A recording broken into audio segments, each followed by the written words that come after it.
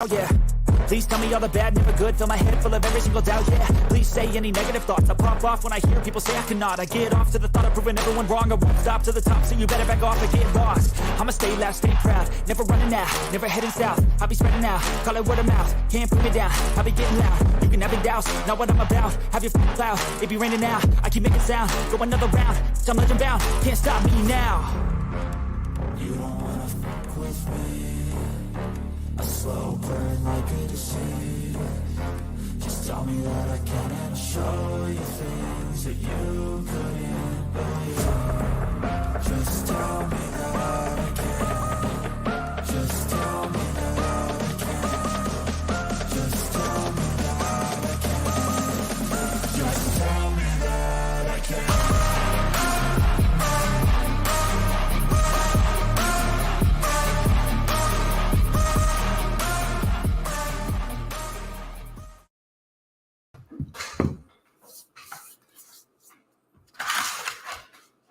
Fuck.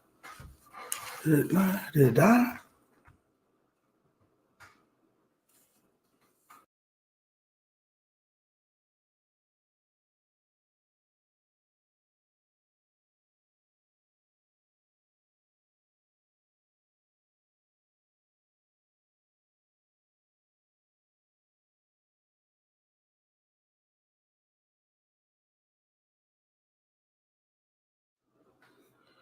Fuck.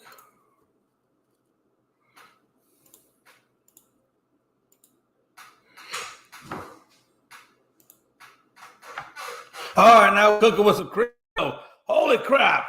I don't know what happened there. My bad. Hey, it's your boy Jay McLovin. Sorry for the technical difficulties. That is my life.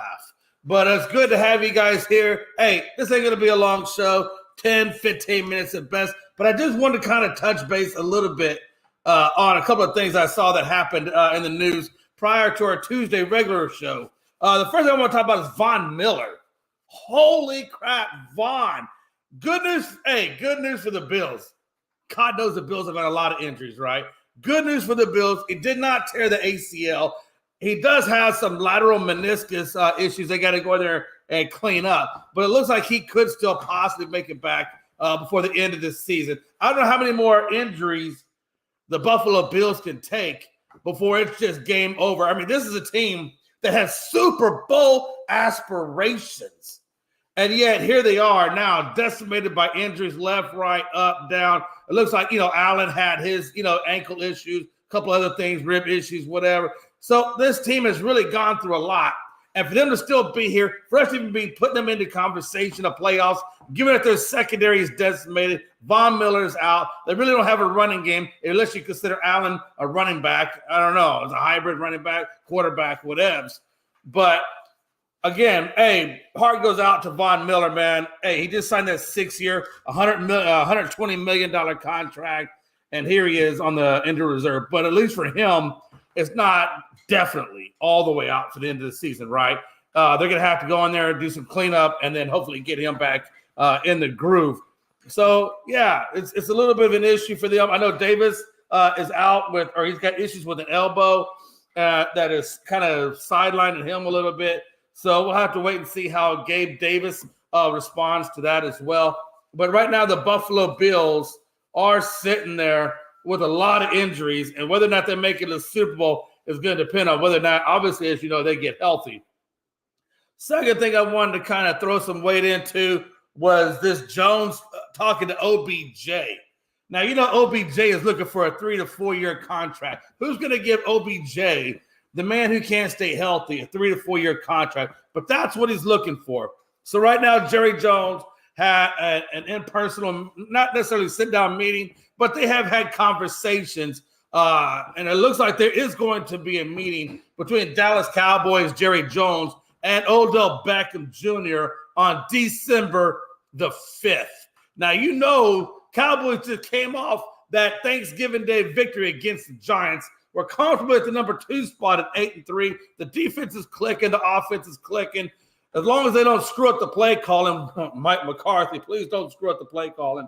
As long as they don't screw up the play calling and Dak can continue to execute, And Pollard can continue to run. CD continues to do CD. Mike Parsons, Lawrence, the whole nine, right? As long as the Cowboys continue to do what they're doing, they're looking pretty good. If you add a guy like OBJ into the mix, how much better can they be? Because now OBJ doesn't have to go in there and give you a million catches. He just has to go in there, take the pressure off of Gallup, take some of the pressure off the CD, and let those guys do what they do. And that's a victory in and of itself. So really, when we lost Amari Cooper, Amari took the double team off Gallup. And now that Amari Cooper is no longer there, it kind of exposes Gallup a little bit and CD to a certain level. Because CD is really nothing more than a slot receiver. But they're trying to make him into a wideout one. Not that it can't work, but that's not really catered towards CD Lamb's strength. His strength is to go across the middle, take the slant, get the hit, and keep on rolling. That's really more what CD's built for. So we'll have to wait and see if Odell does, in fact, sign with the Cowboys. But I got to be honest with you. It's looking pretty freaking good. It's looking good that OBJ will be a Dallas Cowboy. We will see, right? I know the Giants are still quasi-semi into it still. I think he's got a meeting with the Buffalo Bills he wants to do. But I think at the end of the day, our record speaks for itself. Our conference speaks for itself. And I think OBJ does sign with the Cowboys. I think that's going to be where his final landing spot is going to be. Last, but certainly not least, let's talk Bryce Harper. Bryce Harper! God, what a time to be alive. Goes in for surgery on his UCL, his orbital ligament, which everybody knows the UCL. UCL basically is Tommy John. They didn't know they were going to do Tommy John on Bryce Harper until after they got in there and started looking around, seeing what the damage really was, and then decided that Tommy John was going to be the approach they were going to take. Now, luckily, he's not a pitcher, so he doesn't have to go through that long of an extensive reset. But as a positional player, he'll probably be back midway in the 23 season, which will put him right about the All-Star break. So he comes in about the All-Star break. Hopefully the Phillies will have gotten at least to the at least have a good enough record to be in vie for the playoffs when Bryce Harper does come back. But as of right now, we know it's a right elbow. He should be back on the All-Star break. We know that in April he received a heavy platelet plasma injection to help, and I think by May they switched him over to DH rather than fielding. So again, I think when he comes back, he'll probably take over a DH role at the All-Star break, and then hopefully at the end of the season he'll be fielding and doing hitting. So again, lots to be seen on Bryce Harper. Truthfully, there's a lot to be seen in free agency. So we're going to have to wait and see how all that pans out. But again, Bryce Harper, I'm glad you're not out for this full season, man. We need Bryce Harper in the league. He's obviously an attraction. People love to watch Bryce play. Bryce has a great personality. And the Astros win just would not be as sweet if Bryce Harper wasn't on the field. Wow, what a time to be alive. What a time to be alive. Now, folks, I turn your attention to the Michigan-Ohio State game. God, what a time to be alive. We get Michigan versus Ohio today, and then we get NFL tomorrow. By the way, I tip my hat to the men at the World Cup. I don't typically watch a lot of soccer. It's not really in my DNA. Didn't really grow up on it. But I do like to see anything America that does it's great. And we talked about the women's national team for so long that we really haven't talked men's soccer. But what a feat to them to go into England, put up that tough fight. Yeah, they took the draw, but still, sometimes the draw is a win. You didn't lose, so it is what it is. But again, man, hey, I appreciate everybody for tuning in. This wasn't really going to be a long segment, just a little 10-minute. And real quick, I'm going Michigan. Wolverines take down Ohio today. Mark it, put it on the calendar. Michigan will take out Ohio today. And it's going to be interesting come Sunday when they put out the new rankings for the NCAA.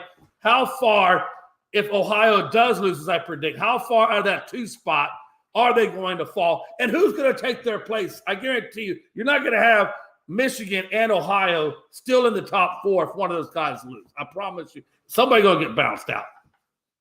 Which makes it interesting if LSU somehow were to pull off the win over Georgia, then how would that look? Because I'm curious to see if TCU wins out, which only got one more game, and I think TCU does win out. I'm curious to see if Ohio loses, if Georgia loses, what does that then in turn mean for TCU if they win out? God, what a time to be alive. What a time to be a TCU fan. I'm not a TCU fan, but I just like underdogs. I'm University of Texas. I have no dog in the fight. At least not till next year when we hit the SEC. All right, folks, I appreciate everybody tuning in. It's your boy, Jay McLovin. It's just been a little mini clip. You can catch us on Tuesday doing NFL recaps, college recaps. I think we're going to talk about Jerry Jones and his picture in that 1957 photo out there in Little Rock. We're going to get into that and what all does that mean, especially for him, the Cowboys, and so forth. Then we're probably going to talk, a little bit of other things that's out there as well. I know we're going to talk some women's sports and things of that nature. So tune into Unscripted Tuesday at 7 p.m. Eastern. Until next time, this is Joy McLovin saying thanks for tuning in. I'm out.